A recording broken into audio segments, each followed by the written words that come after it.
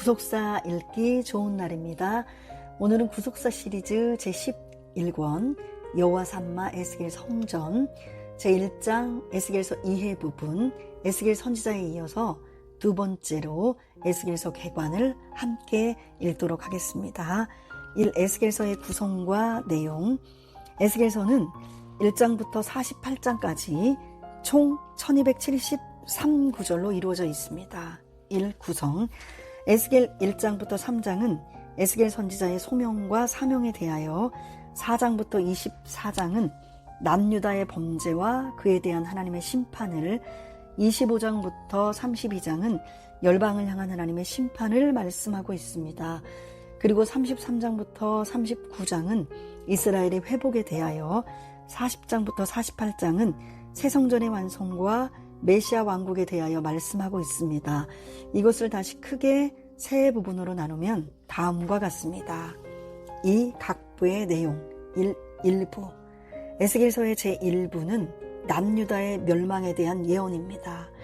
주전 597년 제2차 바벨론 포로 이후 주전 586년에 남유다가 완전히 멸망하기 전까지 거짓 선지자들은 여전히 예루살렘이 멸망하지 않을 것이라고 하면서 백성을 현혹하였습니다. 에스겔 13장 10절 16절.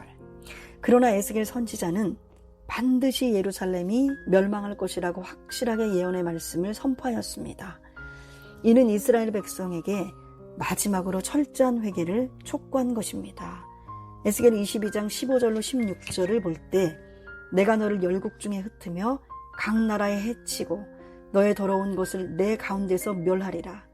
내가 자기 까닭으로 열국의 목전에서 수치를 당하리니 나를 여호와인 줄 알리라 하셨다 하라 라고 말씀하였으며, 에스겔 24장 21절을 볼 때 너는 이스라엘 족속에게 이르기를 주 여호와의 말씀이 내 성소는 너의 세력의 영광이요 너의 눈의 기쁨이요 너희의 마음의 아낌이 되거니와 내가 더럽힐 것이며 너희의 버려둔 자녀를 칼에 엎드러지게 할지라 라고 말씀하고 있습니다. 2부. 에스겔서의 제2부는 열방을 향한 하나님의 심판에 대한 예언입니다. 하나님께서 열방을 심판하시는 이유는 무엇입니까? 첫째, 남유다가 멸망당할 때 열방이 조롱하였기 때문입니다. 에스겔 25장 6절로 7절에서 암몬의 심판을 말씀하시면서 나 주 여호와가 말하노라. 내가 이스라엘 땅을 대하여 손뼉을 치며 발을 구르며 마음을 다하여 멸시하며 즐거워하였나니, 그런즉 내가 손을 내 위에 펴서 너를 다른 민족에게 붙여 노략을 당하게 하며 너를 만민 중에 끊어버리며 너를 열국 중에서 패망케 하여 멸하리니 내가 나를 여호와인 줄 알리라 하셨다 하라 라고 말씀하고 있습니다. 에스겔 25장 2절 3절. 둘째, 열방이 스스로 높아져서 교만했기 때문입니다. 에스겔 28장 2절에서 인자야 너는 두로 왕에게 이르기를 주 여호와의 말씀에 내 마음이 교만하여 말하기를 나는 신이라. 내가 하나님의 자리 곧 바다 중심에 앉았다 하도다. 내 마음이 하나님의 마음 같은 채할지라도 너는 사람이요 신이 아니오늘 이라고 말씀하고 있습니다. 에스겔 28장 5절. 17절에서도 내가 아름다움으로 마음이 교만하였으며 내가 영화로움으로 내 지혜를 더럽혔으며 내가 너를 땅에 던져 열왕 앞에 두어 그들의 구경거리가 되게 하였도다 라고 말씀하고 있습니다. 에스겔 29장 3절 9절 30장 6절. 3부. 에스겔서의 제3부는 이스라엘의 회복과 새 성전에 대한 말씀입니다. 여기서 8가지의 회복을 말씀하고 있는데 이것을 표로 정리하면 다음과 같습니다. 1. 목자의 회복 34장 핵심 구절 에스겔 34장 23절. 2. 땅의 회복 35장 1절로 36장 15절 핵심 구절 에스겔 36장 10절. 3. 영의 회복 36장 16절로 38절 핵심 구절 에스겔 36장 27절. 4. 백성의 회복 37장 1절로 14절 핵심 구절 에스겔 37장 10절.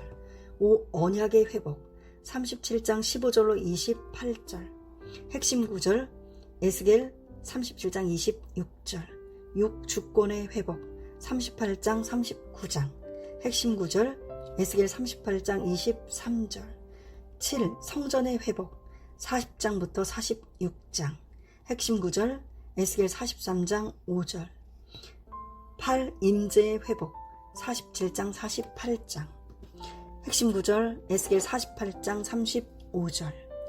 에스겔서를 기록한 목적.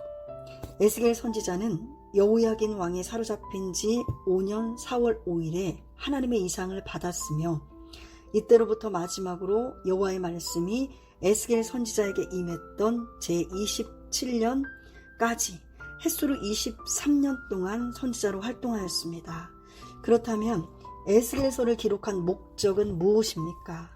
1. 에스겔서는 예루살렘의 확실한 멸망을 예언하여 마지막으로 회개를 촉구하기 위하여 기록되었습니다.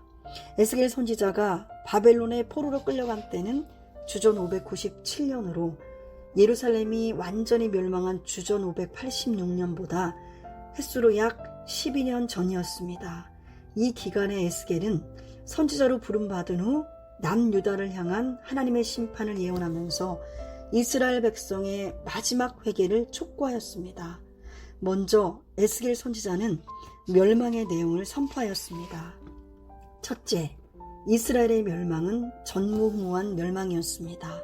에스겔 5장 9절로 10절에서 내 모든 가증한 일로 인하여 내가 전무후무하게 내게 내릴지라.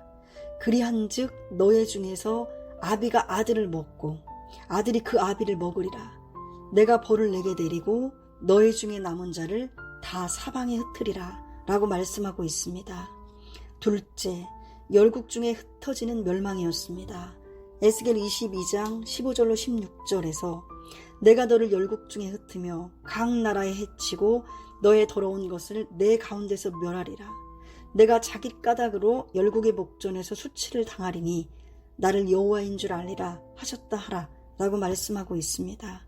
에스겔 12장 14절로 15절, 20장 23절, 36장 19절. 셋째, 비참한 멸망이었습니다. 심지어 왕의 두 눈이 뽑혀서 끌려갈 정도로 비참한 멸망입니다. 에스겔 선지자는 시드기야 왕에 대해서 내가 또 내 그물을 그의 위에 치고 내 올무에 걸리게 하여 그를 끌고 갈대아 땅 바벨론에 이르리니 그가 거기서 죽으려니와 그 땅을 보지 못하리라 라고 예언하였습니다. 에스겔 12장 13절. 이 예언은 남유다가 주전 586년에 완전히 멸망하기 약 6년 전에 선포된 말씀입니다. 그런데 이 예언대로 남유다의 마지막 왕인 시드기야 왕이 바벨론의 포로로 끌려갈 때 두 눈이 뽑혀서 바벨론 땅을 볼 수 없었습니다. 열왕기하 25장 7절에서 시드기야의 아들들을 저의 목전에서 죽이고 시드기야의 두 눈을 빼고 사슬로 결박하여 바벨론으로 끌어갔더라 라고 말씀하고 있습니다. 예레미야 52장 11절. 다음으로 에스겔 선지자는 멸망의 원인을 선포하였습니다. 그것은 이스라엘이 온갖 가증한 일을 행하여 하나님께서 성소를 떠나시게 했기 때문입니다. 에스겔 8장 6절에서 그가 또 내게 이르시되 인자야 이스라엘 족속에 행하는 일을 보느냐. 그들이 여기서 크게 가증한 일을 행하여 나로 내 성소를 멀리 떠나게 하느니라. 너는 다시 다른 큰 가증한 일을 보리라 하시더라 라고 말씀하고 있습니다.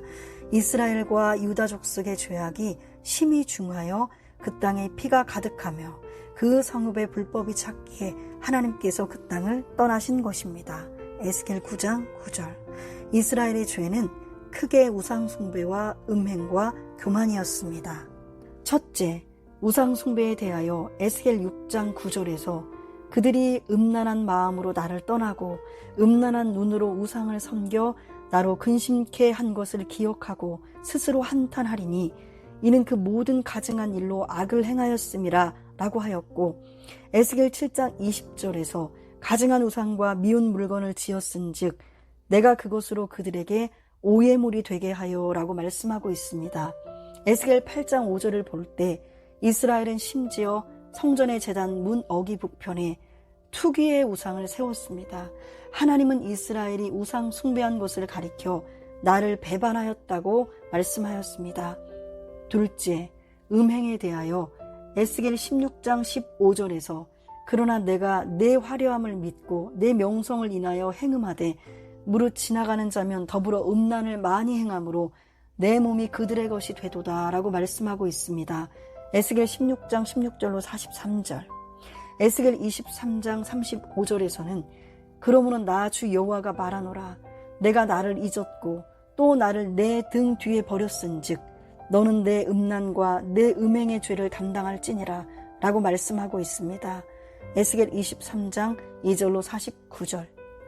셋째, 교만에 대하여 에스겔 7장 10절에서 볼지어다 그날이로다 볼지어다 임박하도다 정한 재앙이 이르렀으니 몽둥이가 꼽히며 교만이 싹났도다 라고 말씀하고 있습니다. 에스겔 7장 24절에서는 내가 극히 악한 이방인으로 이르러 그 집들을 점령하게 하고 악한 자의 교만을 그치게 하리니 그 성소가 더럽힘을 당하리라 라고 말씀하고 있습니다. 하나님께서는 이스라엘이 죄악으로 완전히 멸망할 것을 선포하시며 마지막으로 회개할 것을 촉구하셨습니다. 하나님께서는 악인의 죽음을 기뻐하시는 분이 아니라 악인이 죄악된 길을 떠나고 생명 얻는 것을 기뻐하십니다. 에스겔 18장 23절, 33장 11절, 에스겔 18장 30절로 32절. 나 주 여호와가 말하노라 이스라엘 족속아 내가 너희 각 사람의 행한 대로 국문할지라 너희는 돌이켜 회개하고 모든 죄에서 떠날지어다. 그리한즉 죄악이 너희를 패망케 아니하리라. 너희는 범한 모든 죄악을 버리고 마음과 영을 새롭게 할지어다. 이스라엘 족속아 너희가 어찌하여 죽고자 하느냐. 나 주 여호와가 말하노라 죽는 자의 죽는 것은 내가 기뻐하지 아니하노니 너희는 스스로 돌이키고 살지니라. 2. 에스겔서는 바벨론의 포로로 끌려간 이스라엘 백성에게 반드시 다시 예루살렘으로 돌아올 날이 있다는 회복의 메시지를 전하기 위하여 기록되었습니다. 에스겔 32장부터 48장은 예루살렘이 바벨론에게 멸망을 당한 후에 기록된 말씀입니다. 에스겔 32장 1절에서 제20년 12월 초 1일에 여호와의 말씀이 내게 임하여 가라사대 라고 말씀하고 있는데 이때는 제2차 바벨론 포로 때로부터 12년이 되는 해로 주전 586년에 예루살렘이 완전히 멸망한 후입니다. 이 말씀은 주로 회복에 초점을 맞추고 있습니다. 특히 에스겔 37장은 회복의 내용을 상세히 설명하고 있습니다. 하나님께서는 골짜기의 마른 뼈들이 기적적으로 살아나는 것을 보여주셨는데 이 뼈들은 이스라엘 족속을 가리킵니다. 에스겔 37장 11절에서 또 내게 이르시되 인자야 이 뼈들은 이스라엘 온 족속이라. 그들이 이르기를 우리의 뼈들이 말랐고 우리의 소망이 없어졌으니 우리는 다 멸절되었다 하느니라 라고 말씀하고 있습니다. 하나님께서는 이스라엘이 지금까지는 아무런 소망이 없었지만 이제 무덤 같은 바벨론에서 반드시 해방될 것을 보여주셨습니다. 에스겔 37장 12절로 13절. 그러므로 너는 대언하여 그들에게 이르기를 주 여호와의 말씀에 내 백성들아 내가 너희 무덤을 열고 너희로 거기서 나오게 하고 이스라엘 땅으로 들어가게 하리라. 내 백성들아 내가 너희 무덤을 열고 너희로 거기서 나오게 한즉 너희가 나를 여호와인 줄 알리라. 이렇게 무덤 같은 바벨론에서 해방이 되면 반드시 고토로 돌아가게 됩니다. 에스겔 37장 14절에서 내가 또 너희를 너희 고토에 거하게 하리니 라고 하였고 21절에서도 그 고토로 돌아가게 하고 라고 말씀하고 있습니다. 3. 에스겔서는 영원한 새 성전을 바라보게 하기 위하여 기록되었습니다. 에스겔 40장부터 48장은 에스겔에게 보여주신 새 성전에 관하여 기록하고 있는데 이 환상은 하나님께서 영원히 함께 하시는 성전에 대한 계시입니다. 하나님께서는 에스겔 성전을 통하여 앞으로 우리가 반드시 들어가야 할 천국을 미리 보여주셨습니다. 1. 여호와 삼마의 장소입니다. 에스겔 48장 35절에서 그 사면의 도합이 1만 8천 척이라. 그날 후로는 그 성읍의 이름을 여호와 삼마라 하리라 라고 말씀하고 있습니다. 여호와 삼마는 히브리어로 예호바 샴마로 여호와께서 거기 계시다라는 뜻입니다. 에스겔 48장 31절로 34절에서는 성읍의 동서남북 문들에 각각 세 지파씩 12지파의 이름이 있다고 말씀하고 있는데 이곳은 새 예루살렘 성의 모습과 같습니다. 새 예루살렘 성에도 12문이 있고 그 위에 이스라엘 12지파의 이름들이 쓰여 있습니다. 요한계시록 21장 12절로 13절. 새 예루살렘 성이 영원한 성이듯이 에스겔 성전과 성읍도 영원한 곳임을 미리 보여주신 것입니다. 요한계시록 21장 22절. 성 안의 성전을 내가 보지 못하였으니 이는 주 하나님 곧 전능하신 이와 및 어린 양이 그 성전이심이라. 전능하신 하나님과 어린 양은 영원한 분이십니다. 그분들 자신이 성전이십니다. 그러므로 에스겔 성전은 영원한 성전이 되시는 예수님을 예표하고 있습니다. 요한복음 2장 21절. 2. 화평의 언약이 성취되는 곳입니다.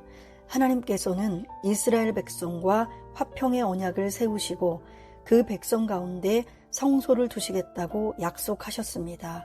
에스겔 37장 26절로 27절에서 내가 그들과 화평의 언약을 세워서 영원한 언약이 되게 하고 또 그들을 견고케 하고 번성케 하며 내 성소를 그 가운데 세워서 영원히 이르게 하리니 내 처소가 그들의 가운데 있을 것이며 나는 그들의 하나님이 되고 그들은 내 백성이 되리라 라고 말씀하고 있습니다. 그 성소는 일시적인 임재의 장소가 아니라 하나님께서 이스라엘 가운데 영원히 함께 하시는 성소입니다. 에스겔 37장 28절. 3. 에스겔서의 연대기록 방식. 이스라엘 백성이 출애굽할 때 하나님께서는 새로운 달력을 주셨습니다. 출애굽기 12장 2절을 볼 때 이달로 너희에게 달의 시작 곧 해의 첫 달이 되게 하고 라고 말씀하셨습니다. 이때부터 사용된 달력은 달의 움직임을 중심으로 한 태음력입니다. 시편 104편 19절. 1년이 대략 354일이었으며 유대인들은 태양력과의 차이를 맞추기 위하여 19년에 7번 정도 제2 아달월이라는 13번째 달을 추가하여 사용하였습니다. 이 달력을 사용할 때 한 해를 어느 달로 시작하느냐에 따라 두 가지 방식이 있었습니다. 니산 기준 방식은 니산월 1일부터 한 해가 시작되어서 제12월 말까지를 1년으로 계산하는 방식입니다. 티시리 기준 방식은 티시리월 1일부터 한 해가 시작되어서 돌아오는 제6월 말까지를 1년으로 계산하는 방식입니다. 일상생활에서는 이른비가 내려 농사가 시작되는 티시리월을 시작으로 하는 티시리 기준 방식으로 한 해를 계산했지만 종교생활에서는 6월절이 있는 니산월을 기준으로 한 해를 계산하였습니다.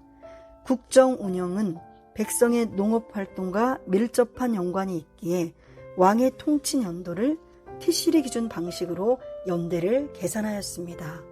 이스라엘이 남북으로 분열된 이후 다윗 왕가가 계속해서 통치했던 남유다는 티시리 기준 방식을 그대로 사용하였지만 북이스라엘은 남유다와의 왕권 분리를 위해서 왕의 통치 연도를 니산 기준 방식으로 변경하였습니다. 1. 에스겔서의 연대 계산 방식, 니산 기준 방식. 에스겔 33장 21절에서 우리가 사로잡힌 지 12년 10월 5일에 예루살렘에서부터 도망하여 온 자가 내게 나와 말하기를 그 성이 함락되었다 하였는데 라고 말씀하고 있습니다. 주전 586년에 예루살렘 성이 함락된 후 한 사람이 도망쳐서 멀리 바벨론에 있는 에스겔 선지자에게 와서 그 소식을 전한 것입니다. 예루살렘 성이 함락된 것은 주전 586년 4월 9일입니다. 열왕기하 25장 3절로 4절에서 그 4월 9일에 성중에 기근이 심하여 그 땅 백성의 양식이 지나였고 갈대아 사람이 그 성읍을 에워쌌으므로 성벽에 구멍을 뚫은지라. 모든 군사가 밤중에 두 성벽 사이 왕의 동산 견문길로 도망하여 아라바 길로 가더니 라고 말씀하고 있습니다. 이날은 서양력으로 주전 586년 7월 18일에 해당합니다. 그렇다면 티시리 기준 방식으로 계산할 때 예루살렘 성이 함락된 것은 사로잡힌 지 몇 년일까요? 예루살렘 성이 함락된 것은 주전 586년 4월 9일로 에스겔 선지자가 포로로 끌려온 지 제12년 되는 해입니다. 그런데 에스겔 선지자가 예루살렘으로부터 도망쳐온 사람에게서 예루살렘 성이 함락되었다는 보고를 들은 것은 그 해의 10월 5일이었습니다. 에스겔 33장 21절.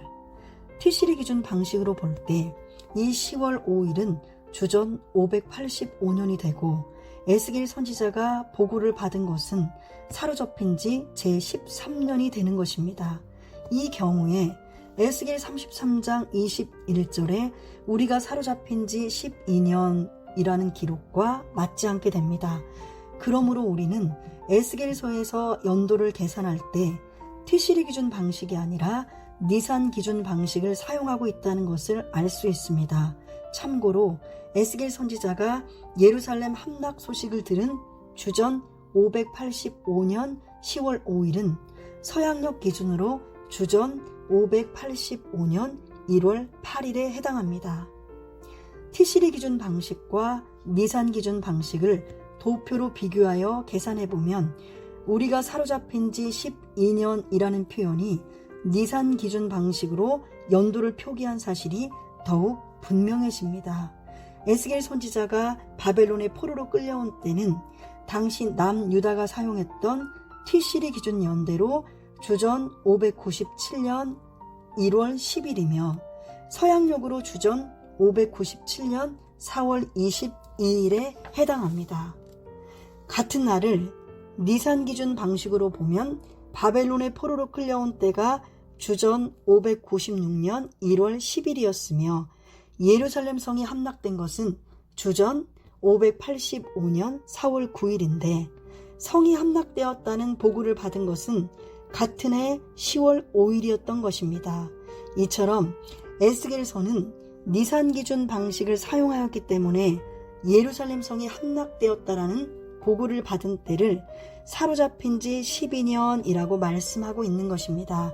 그러나 본 구속사 시리즈에서는 3번에 걸쳐서 바벨론 포로로 끌려간 연대를 모두 티시리 기준 방식으로 계산하여 주전 605년, 주전 597년, 주전 586년으로 표기하였습니다.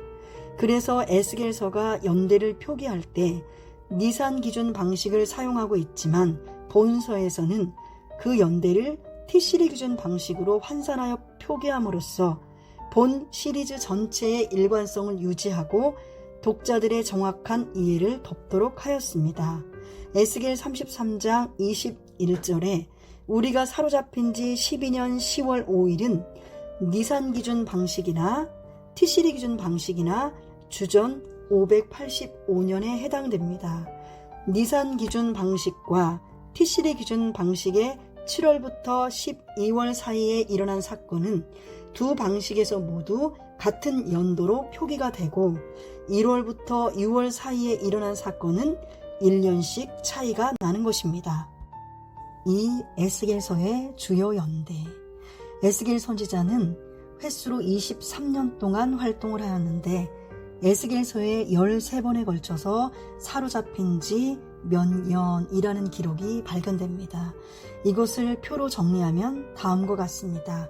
여기에 기록한 연대 역시 앞에서 밝힌 것처럼 니산 기준 방식을 티시리 기준 방식으로 환산하여 표기하였습니다.